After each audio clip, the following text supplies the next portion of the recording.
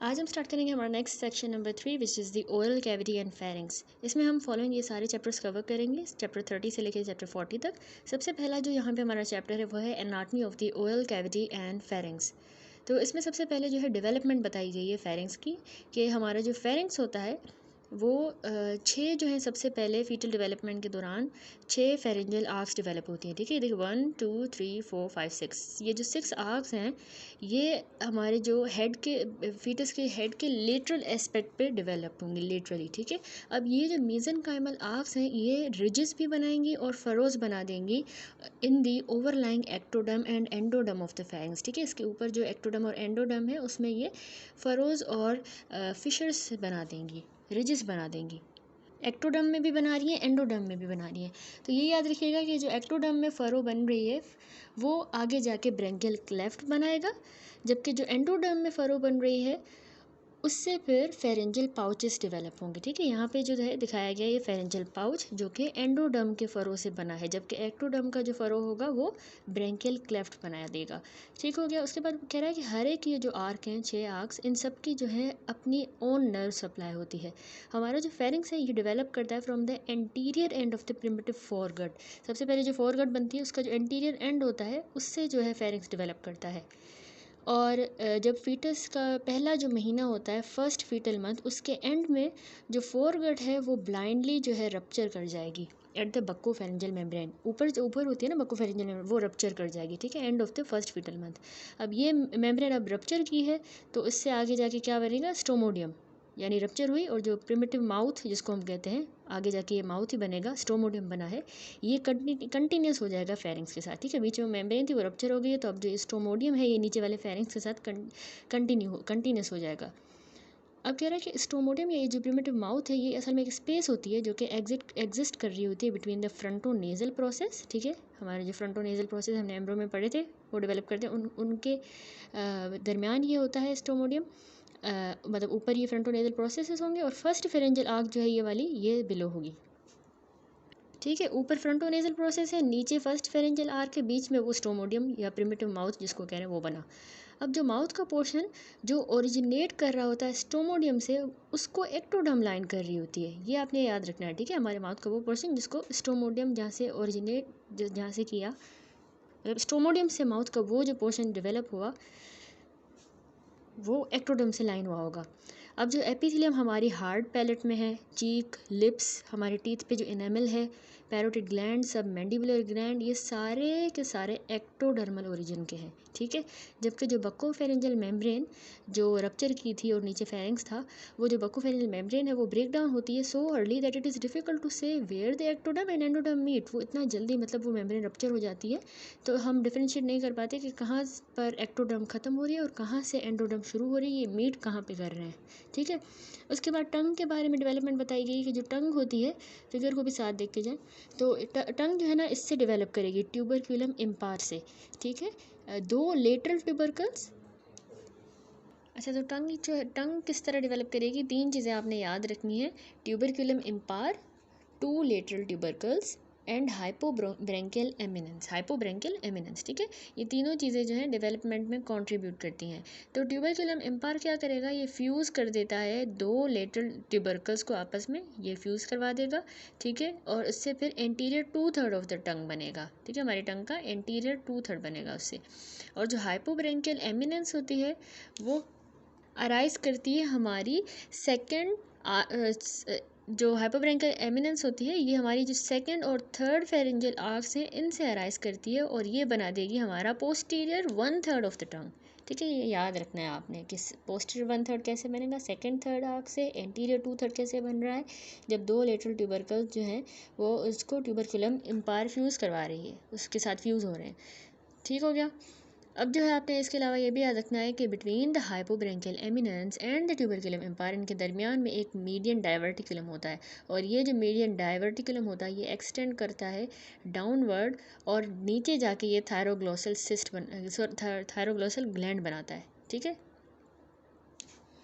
नीचे जाएगा और नीचे थायरॉयड ग्लैंड बनेगा। ठीक है इसका, और जो ओब्लिटरेटेड लिंगुअल एंड होता है थायरोग्लोसल डक्ट का, इसको हम कहते हैं फोरामेन सीकम। ठीक है, हमारे टंग पे होता है यहाँ पे फोरामेन सीकम, ये उसका ऊपर वाला डक्ट का एंड होगा। और नीचे जो ये थायरोग्लॉसल डक्ट होगी और वो नीचे थायरॉइड ग्लैंड बनाएगा। इसके अलावा जो मैंडिबल है वो डेवलप करती है हमारी फर्स्ट फेरेंजियल आर्क से मैंडिबल। ठीक है, इसमें जो है फर्स्ट फेरेंजियल आर्क में मैंडिबल डेवलप करती है from the Maikal cartilage on each side, जो कि फिर एंटीरियरली मैकल कार्टिलेजेस जो है फ्यूज़ करेंगे। ठीक हो गया, ये थोड़ा सा जो है बेसिक इंट्रो था एम्ब्रियोलॉजी का। ठीक है, कि किस तरह डेवलपमेंट होती है हमारी ओरल कैविटी की और फेरेंक्स की। अब जो है मेन टॉपिक इसका वो है हमारा anatomy of the oral cavity. अच्छा जी, तो सबसे पहले हमारी ओरल कैविटी के एनाटॉमी में बताया गया है कि जो हमारी ओरल कैविटी होती है ना, ये एक्सटेंड कहाँ से करेगी, इन लिप्स से लेके टू द ओरोफेरेंजियल जो हमारा इस्थमस होता है वहाँ तक। ठीक है, और ये पीछे फिर और ज़्यादा कंटिन्यू करेगी पोस्टीरियरली हमारे ओरोफेरेंक्स के साथ। ओरोफेरेंजियल इस्थमस तक ओरल कैविटी है लिप्स से लेके इस्थमस तक, लेकिन फिर कंटिन्यूस है आगे ओरोफेरेंक्स के अंदर चली जाएगी। तो इसमें फॉलोइंग रीजन होते हैं। ओरल कैविटी में लिप्स होते हैं, ठीक है, ये हमारा एंटीरियर बाउंड्री बना रहे हैं ओरल कैविटी के। फिर इसमें जो है ये वेस्टिब्यूल्स हैं। वेस्टिब्यूल्स जो है हमारे क्या होते हैं, ये वो रीजन होता है जो कि आउटसाइड द टीथ है। ठीक है, ये टीथ से लेकिन इनके बाहर वाला जो रीजन है और टीथ के और गम्स के, उस रीजन को हम कहते हैं वेस्टिब्यूल। ठीक है, अगर लिप्स को हम हटाएं तो अंदर जो रीजन है टीथ से और गम्स से बाहर वो वेस्टिब्यूल है। तो ये लेटरली बनता है बाय द चीक म्यूकोजा। ये चीक का म्यूकोजा जो है वेस्टिब्यूल की लेटरल बाउंड्री है। गम्स क्या होते हैं, गम्स हमारे टीथ को हमें पता है सराउंड कर रहे होते हैं। ठीक है, और अपर और लोअर जो एल्वियोलर रिजेस होते हैं उनको कवर करते हैं। रेट्रोमोलर ट्रायगोन, उसके बाद ये रेट्रोमोलर ट्रायगोन क्या चीज़ होती है, ये एक ट्रायंगुलर एरिया होता है। ये असल में म्यूकोजा का ही एक ट्रायंगुलर एरिया है। ठीक है, यहाँ पे ये देखिए, ये रेट्रोमोलर ट्रायगोन जो है म्यूकोजा का एक ट्रायंगुलर एरिया होता है जो कि हमारे कवर कर रहा है anterior surface of ascending ramus of mandible. Mandible bone है ना, उसका रेमस होता है, हमने एनाटॉमी में पढ़ा है। तो उसके anterior surface of ramus of mandible को ये ट्रायगोन कवर करता है, ये म्यूकोजा कवर करता है। तो थ्रू दिस एरिया जो हमारा वेस्टिब्यूल ऑफ माउथ है, ये असल में कम्युनिकेट कर रहा है with the oral cavity proper. यानी ये जो वेस्टिब्यूल था ये ओरल कैविटी प्रॉपर से इसी की रेट्रोमोलर ट्रायगोन के थ्रू कम्युनिकेट कर रहा है behind the last molar tooth. ठीक है, लास्ट मोलर टूथ के पीछे। अब उसके अलावा हमारे पास इसमें आ जाती है पैलेट। ठीक है, ओरल कैविटी में पैलेट। तो ये जो हार्ड पैलेट होती है ये हमारे ओरल कैविटी की रूफ बना रही है, जबकि सॉफ्ट पैलेट जो होती है ये पीछे जो है फेरिंग्स में लाई करती है और एक पार्टीशन बना रही है। ऊपर वाले नेज़ो फेरिंग्स और ये ओरो फेरिंग्स के दरमियान पार्टीशन जो है वो सॉफ्ट पैलेट बनाएगी। फिर फ्लोर ऑफ द माउथ है, यहाँ पे देखिए फ्लोर ऑफ माउथ क्या होता है, ये एक क्रिसेंट शेप का एरिया है between the lower gums and under surface of tongue. ये टंग है, उसका अंडर सरफेस और लोअर गम्स के दरमियान ये क्रीसेंट शेप का जो एरिया है इसको हम कहते हैं फ्लोर ऑफ द माउथ। अब हमारी यहाँ पे कुछ सब मैंडिबुलर डक्ट्स जो हैं उनकी ओपनिंग प्रेजेंट होती है इसके एंटीरियर पार्ट पे, और बीच में जो फ्रेन्यूलम होता है उसकी आइदर साइड्स पे उन डक्ट्स की ओपनिंग मौजूद होती है। ठीक है, फ्रेन्यूलम के आइदर साइड पे। टंग की बात करें, ये भी है ओरल कैविटी में, तो हमारी एंटीरियर 2/3 ऑफ द टंग जो है वो प्रेजेंट होती है इन द ओरल कैविटी, जबकि पीछे वाला जो ये पोस्टीरियर 1/3 है ये लाई कर रहा होता है ओरोफेरिंग्स के अंदर। ठीक है, ओरोफेरिंग्स में पोस्टीरियर 1/3। टंग असल में एक मास है मसल्स का जिसके ऊपर म्यूकस मेम्ब्रेन कवर हुई हुई है जो कि स्ट्रेटिफाइड स्क्वामस एपिथेलियम के साथ लाइन हुआ है। ठीक है, स्ट्रेटिफाइड स्क्वामस एपिथेलियम। अब जो टंग के मसल्स हैं उनको हमने फर्दर क्लासीफाई किया है, कुछ एक्सट्रिंसिक मसल्स होते हैं, दूसरे इंट्रिंसिक। जो एक्सट्रिंसिक इसमें मसल्स हैं उसमें आपने याद रखना है जीनियोग्लोसस, हायोग्लोसस, स्टाइलोग्लोसस एंड पैलेटोग्लोसस। ठीक है, ये एक्सट्रिंसिक है। जबकि हमारी टंग में जो इंट्रिंसिक मसल आते हैं वो हैं superior longitudinal, inferior longitudinal, vertical and transverse muscle. ठीक है, ये एक्सट्रिंसिक मसल हो गए, ये इंट्रिंसिक मसल्स, ये आपने याद रखना है, एग्जाम पॉइंट ऑफ व्यू से पूछा जा सकता है। अब आते हैं फेरिंग्स की एनाटॉमी पे। ओरल कैविटी हो गया। अच्छा, तो ये मैंने ना साथ में डींगरा बुक खोला हुआ है। ठीक है, अगर हमें टाइम मिला तो हम यही चैप्टर जो है डींगरा से भी कवर करेंगे ये सेक्शन, लेकिन फ़िलहाल टाइम शॉर्ट है और एग्जाम पॉइंट ऑफ व्यू से ये अगर हम उदयपुर से करें तो दैट्स इनफ। लैरिंग्स हमने डींगरा से किया था, वो हम मे बी इससे उदयपुर बुक से ना करें। ठीक है, तो बेसिकली एग्जामिनर पे भी डिपेंड करता है कि वो कौन सी बुक से जिसने स्पेशली टीचर ने पढ़ाया हो उसी से वो पूछते हैं, तो हम वो बुक प्रेफर करते हैं। डींगरा वैसे मैं ज़्यादा प्रेफर करती हूँ, उसमें ज़्यादा अच्छा और डिटेल लिखा होता है, लेकिन टाइम शॉर्ट होने की वजह से हम उदयपुर को फॉलो कर रहे हैं फ़िलहाल। तो अब फेरिंग्स की एनाटॉमी आप देखते हैं। देखिए जो हमारा फेरिंग्स होता है ये असल में एक रफ़ शेप की फनल होती है, यानी रफली एक फनल शेप का फाइब्रो मस्कुलर ट्यूब होती है। ठीक है, फेरिंग्स क्या है? रफ़ फनल की तरह, जो फनल होता है ना कोनिकल शेप का, उसकी तरह की एक फाइब्रो मस्कुलर ट्यूब होती है जो कि फॉर्म कर रही है हमारा upper part of the air and food passage. यहाँ पे देखें ये फूड पैसेज है, अच्छा ये है फूड पैसेज, और यहाँ से एयर पैसेज बनेगा, उसका अपर पार्ट ये फेरिंग्स बना रही है। ये है क्या? ये ऐसे फनल शेप की, देखें फनल शेप की एक फाइब्रोमस्कुलर ट्यूब है जो upper part of air and food passage बना रही है। अब एडल्ट्स में इसके डायमेंशंस और लेंथ वगैरह आपको याद होनी चाहिए। एडल्ट्स जो है उनमें ये 10 से लेकर 12 सेंटीमीटर तक होगी। ठीक है, 10 to 12 सेंटीमीटर इसकी लेंथ है, और ये एक्सटेंड कर रही है हमारी बेस ऑफ द स्कल से लेके टू द 6th जो सर्वाइकल वर्टिब्री है वहाँ तक। ठीक है, बेस ऑफ स्कल से लेकर 6th सर्वाइकल वर्टिब्री तक फेरिंग्स एक्सटेंड कर रही है। अब जो इसका ब्रॉडेस्ट ये अपर एंड होता है, और जो इसका लोअर एंड है वो नैरोएस्ट पार्ट होता है हमारे होल डाइजेस्टिव ट्रैक का। ठीक है, तो इसके अलावा आपने याद रखना है जब लोअर जो नैरोएस्ट पार्ट है डाइजेस्टिव ट्रैक का, यहाँ से फिर ये कंटिन्यूस हो जाती है ईसोफेगस के साथ। ठीक है, यहाँ पे इस लेवल पे ख़त्म हो, ईसोफेगस के साथ नीचे फिर कंटिन्यू हो जाएगी। अब फेरिंग्स जो है ये ओपन होती है फ्रंट में, फ्रंटली जो है ये एक तो नोज़ में देखें ओपन हो रही है, ठीक है, दूसरा ये माउथ में हो रही है, और तीसरा जो है यहाँ पे लैरिंग्स में हो रही है। तो इसीलिए हमने फेरिंग्स को जो है इसी तरह से ओपन हो रही है फ्रॉम अबव डाउनवर्ड, तो इसलिए हमने इसको डिवाइड कर दिया है 3 हिस्सों के अंदर। कौन से हैं वो 3 हिस्से? एक होता है हमारा नेज़ोफेरिंग्स जो नोज़ में ओपन हो रहा है, ओरोफेरिंग्स, और इसके अलावा लेरिंजोफेरिंग्स। ठीक है, ये गिवन है, मेंशन है सारा। लेरिंजोफेरिंग्स को हम हाइपोफेरिंग्स भी कहते हैं। फर्दर इनकी डिटेल देखिए। नेज़ोफेरिंग्स क्या है, इसकी डायमेंशंस याद हो तो नेज़ोफेरिंग्स हमारा एंटीरियरली ओपन होगा, आपने इस तरह बताना है। ठीक है, it open anteriorly into the nasal cavity में। ठीक है, यहाँ पे ओपन हो रहा है ना, और ये बाउंड हुआ है above by the base of the school, below by the soft palate. ठीक है, और इसकी बाउंड्रीज जो है क्या है नेज़ोफेरिंग्स की? एक तो इसमें रूफ है, देखें नीचे ये फ्लोर है, इसकी ये पोस्टीरियर, और इसकी जो है लेटरल वॉल जो कट की गई है हमें नज़र नहीं आ रही, लेटरल वॉल्स हैं।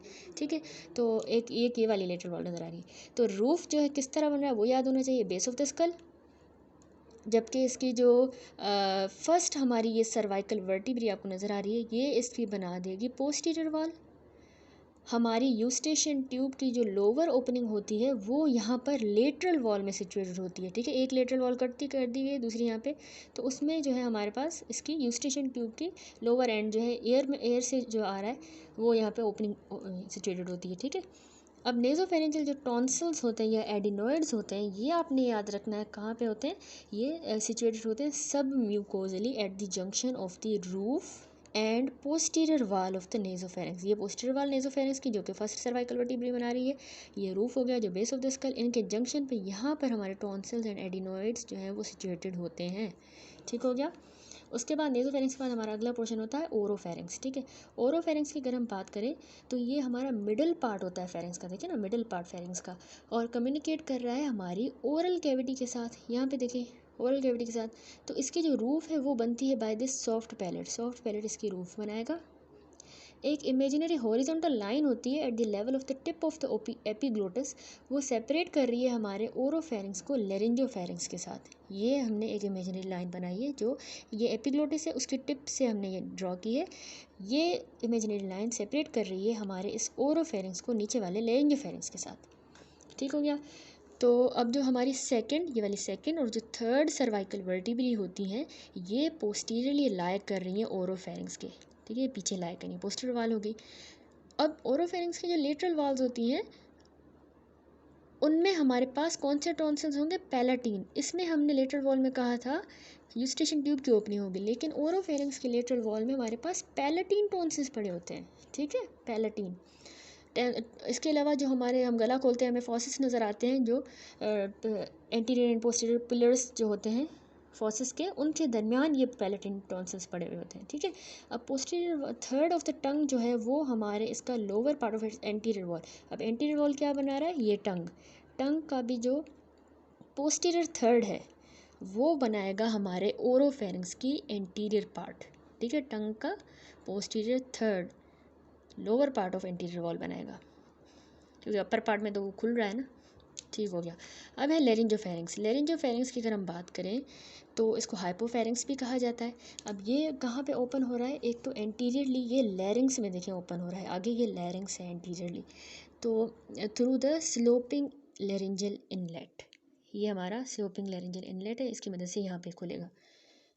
सुपीरियरली ये सेपरेट हुआ है हमारे इस ओरोफेरिंक्स के साथ, ऊपर इसका ओरोफेरिंक्स होगा, जबकि हमने वो भी पढ़ा कि एक इमेजिनरी लाइन होती है टिप ऑफ द एपिग्लोटिस से, जो इसको सेपरेट कर रही है फ्रॉम द ओरोफेरिंक्स सुपीरियरली, ठीक है। इन्फीरियरली अगर लेरिंजोफेरिंक्स की बात करें तो ये देखिए इसोफेगस के साथ कंटिन्यूस है, नीचे ये इसोफेगस होगा, उसके साथ कंटिन्यूस हो जाएगा, कहाँ पे? At the level of 6 cervical vertebra पे, नीचे oesophagus with intervening intervertebral disc भी आ गई बीच में, ठीक है।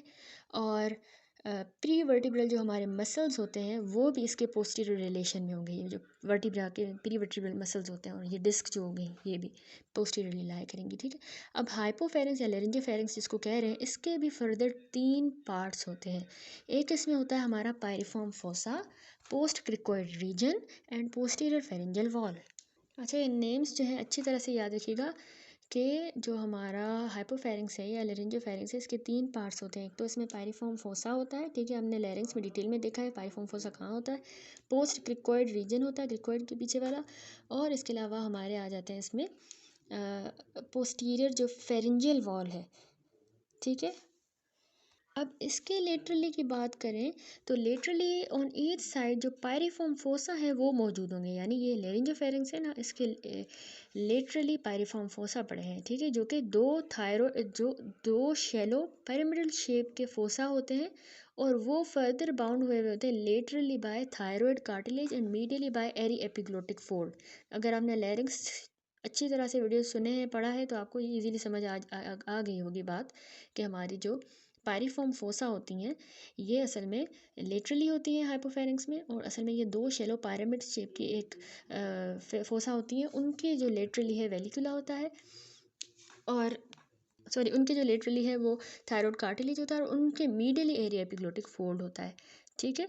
तो वेलिकुला क्या होते हैं? वेलिकुला पेयर्ड शैलो रिसेसेस होती हैं, ठीक है, पेयर्ड 2 ही होती हैं, शैलो रिसेसेस होती हैं, जो कि हमारी बेस ऑफ द टंग के और एपिग्लोटिस के दरमियान लाई कर रहा है। इसको मैंने पिक्चर को गंदा कर दिया है, मैं आपको दिखाती हूँ, इसमें शोन भी है वेलिकुला कि हमारी ये बेस ऑफ द टंग है, ठीक है, और ये बेस ऑफ द टंग हो गया, ये एपिग्लोटिस हो गया, यहाँ पर ये जो स्पेस है दोनों साइड्स पे होंगी, इसको हम कहते हैं वेलिकुला, ठीक है।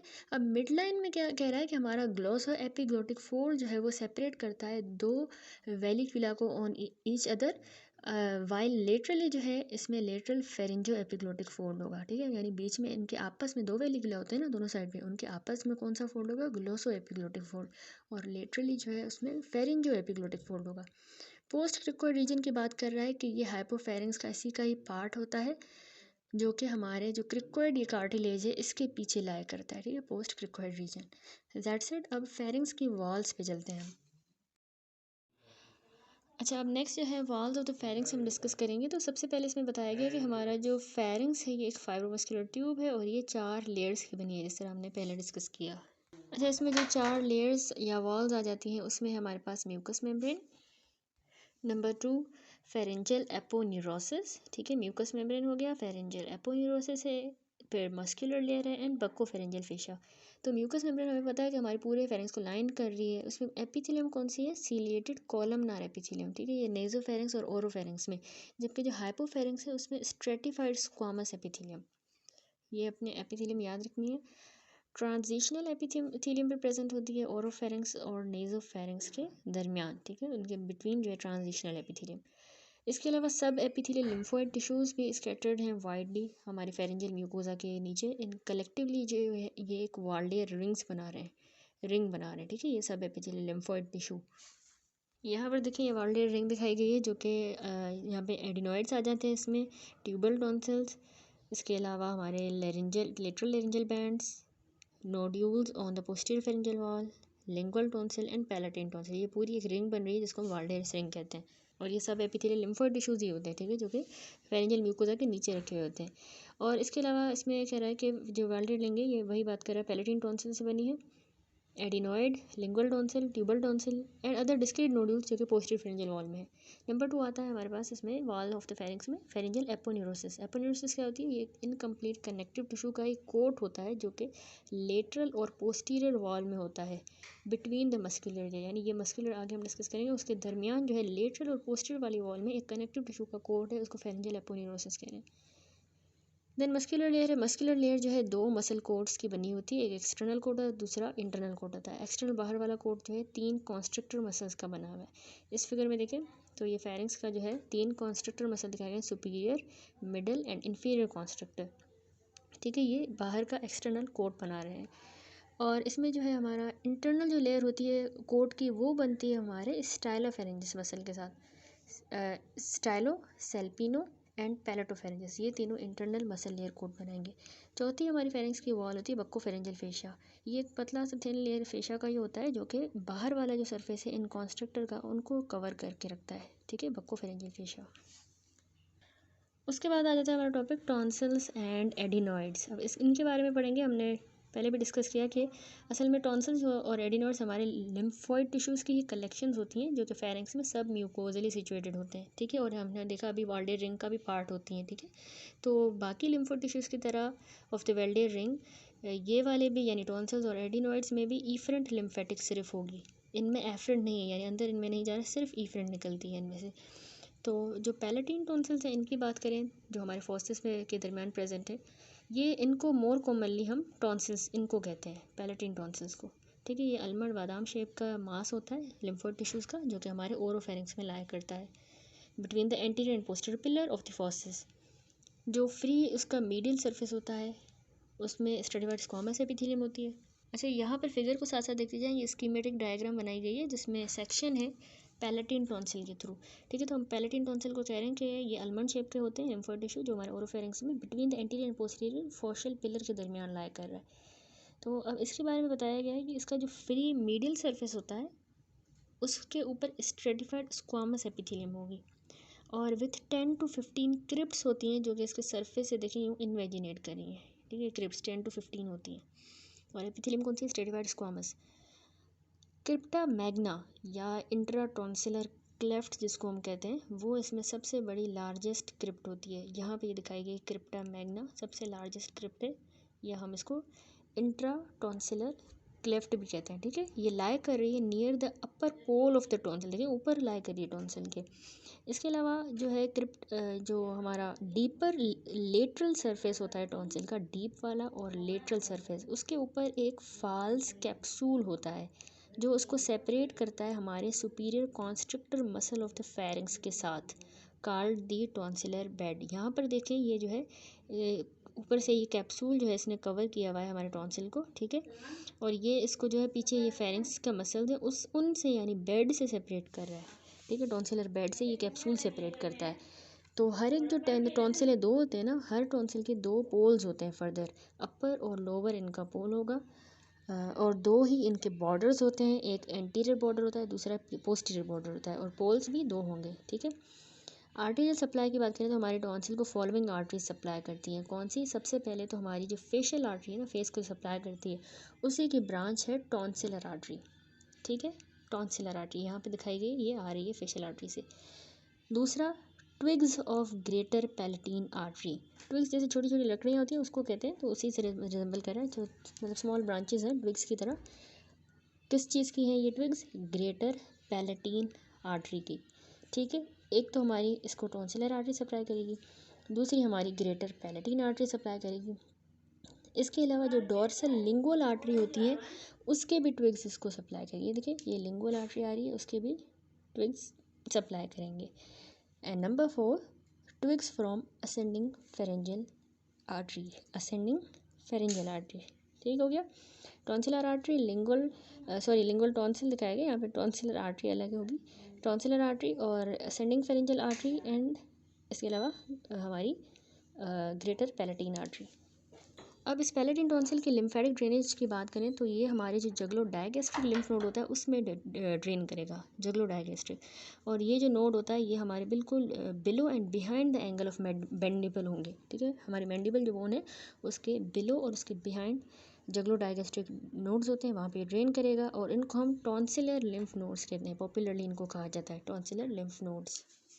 उसके बाद ये लास्ट रह गया topic which is the adenoids. Palatine tonsil discuss किया। अब एडिनॉइड्स भी जो है ये भी लिम्फोइड टिश्यूज़ की कलेक्शन होते हैं जो कि रूफ और हमारा जो अपर पार्ट होता है पोस्टीरियर वॉल ऑफ नेजोफेरिंक्स का उसके दरमियान लाया करते हैं। यहाँ पे हमने फिगर में भी देखा था कि इसमें देखें फिगर में जो अपर पार्ट होता है हमारे पोस्टीरियर फेरिंक्स का, ठीक है, और जो रूफ होती है इसके दरमियान जो है यहाँ पर ये एडिनॉइड्स लाया करते हैं।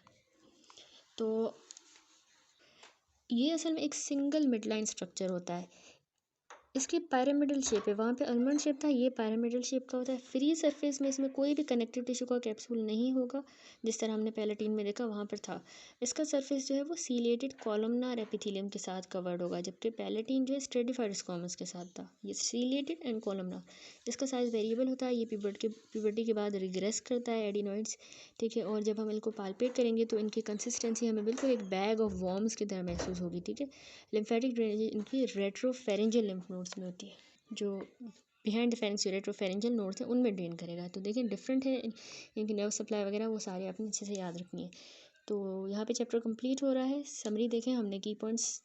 तो फेरिंक्स हमने कहा 3 हिस्सों में डिवाइड हुआ है, nasopharynx, oropharynx, hypopharynx. Base of the skull से देखिए हमारे 6 सर्वाइकल वर्टिब्रा तक एक्सटेंड करता है, ठीक है, और फिर आगे नीचे इसोफेगस के साथ कंटिन्यूस होता है। फिर हमने टॉन्सिल्स एंड एडिनॉइड पढ़े कि ये लिम्फोइड टिश्यू की कलेक्शन होते हैं फेरिंक्स के सब म्यूकोसा में, और ये दोनों लिम्फोइड टिश्यूज़ इनके सिर्फ इफरेंट होगी, एफरेंट नहीं होगी चैनल्स, ठीक है। इफरेंट चैनल जो पैलेटिन टॉन्सिल्स हैं वो जाके जगलोडाइगेस्ट्रिक लिम्फ नोड में ड्रेन करेंगे, जबकि एडिनॉइड्स जो है वो रेट्रोफेरेंजियल लिम्फ नोड में ड्रेन करेगा। That's it. उसके बाद BCQs है, what is the rough shape of pharynx in the adult mail. तो हमने पढ़ा कि फेरिंक्स जो है एडल्ट मेल में फनल शेप का होता है, fibromuscular tube funnel shape. What is the length of the pharynx in adult 10 to 12 centimetre, ठीक है। बहुत ईजी से BCQs है, याद हो जाने चाहिए अभी। तो where is the broadest part of the pharynx in the adults. Broadest उनका जो है फेरिंक्स का जो फनल शेप्ड होता है वो ऊपर वाला जो है अपर एंड होगा, ठीक है। इसके अलावा कह रहे हैं what is the level for lower limit of the pharynx in the adult. Adult में लोअर लिमिट होती है इसकी 6 सर्वाइकल वर्टिब्री तक, ठीक है। लोअर एंड यूस्टेशियन ट्यूब का हमने पढ़ा था कि नेजोफेरिंक्स में ओपन होता है, तो नेजोफेरिंक्स की कौन सी वाली वॉल पे उसका लोअर एंड ओपन होता है, लेटरल वॉल पे। Where are the palatine tonsil present, हमारे पैलेटिन टॉन्सिल जो ओरोफेरिंक्स में मौजूद होते हैं, ठीक है, अभी हमने डिस्कस किया फॉसेस के दरमियान। What is the corresponding level of vertebra, जहाँ पे हाइपोफेरिंक्स लाई करती है नॉर्मल एडल्ट पर्सन में। तो हाइपोफेरिंक्स हमारा आ जाता है जिसको लेरिंजोफेरिंक्स भी कहते हैं, वो 4, 5 एंड 6 सर्वाइकल वर्टिब्री के ऑपोजिट लाई करते हैं। कितने पार्ट्स होते हैं हाइपोफेरिंक्स को, जिसको हमने फर्दर सब डिवाइड कर दिया ह्यूमन बींग्स में। तो हमने कहा कि उसके 3 पार्ट्स होते हैं, जिसमें हमने पढ़ा था piriform fossa, post cricoid area and posterior pharyngeal wall, ठीक है। ये 3 पार्ट फर्दर हाइपोफेरिंक्स के थे, ये याद होने चाहिए अच्छी तरह से। तो फिर बोल रहे कौन से स्ट्रक्चर्स जो है हमारी पायरिफॉर्म फोसा की मीडियल वॉल बनाता है, उसमें एरी एपिग्लोटिक फोल्ड था, और लेटरली क्या था, thyroid cartilage. How many layers are present in the wall of the pharynx in the adults, हमने देखी 4 लेयर्स थी। What is the rough shape of palatine tonsil in the adult male, almond shape. Which of the following artery gave the tonsillar artery to the palatine tonsil? Tonsillar artery हमारे palatine tonsil को कौन देगा, हमारी facial की branch होती है, ठीक है, tonsillar artery. And then which of the following node receive lymphatic drainage from the palatine tonsil. तो पैलेटिन जो है जगलोडाइगेस्ट्रिक लिम्फ नोड में ड्रेन करते हैं, जिनको हम टॉन्सिलर लिम्फ नोड भी कहते हैं। कितने एडिनॉइड्स जो है नॉर्मल चाइल्ड में मौजूद होते हैं, नॉर्मल चाइल्ड में 1 एडिनॉइड होगा, ठीक है, जबकि पैलेटिन टॉन्सिल्स जो है वो याद रखिएगा 2 होते हैं। दैट्स इट, अल्हम्दुलिल्लाह ये चैप्टर कंप्लीट हुआ। नेक्स्ट वीडियो से इंशाल्लाह हम physiology of the oral cavity and pharynx discuss करेंगे।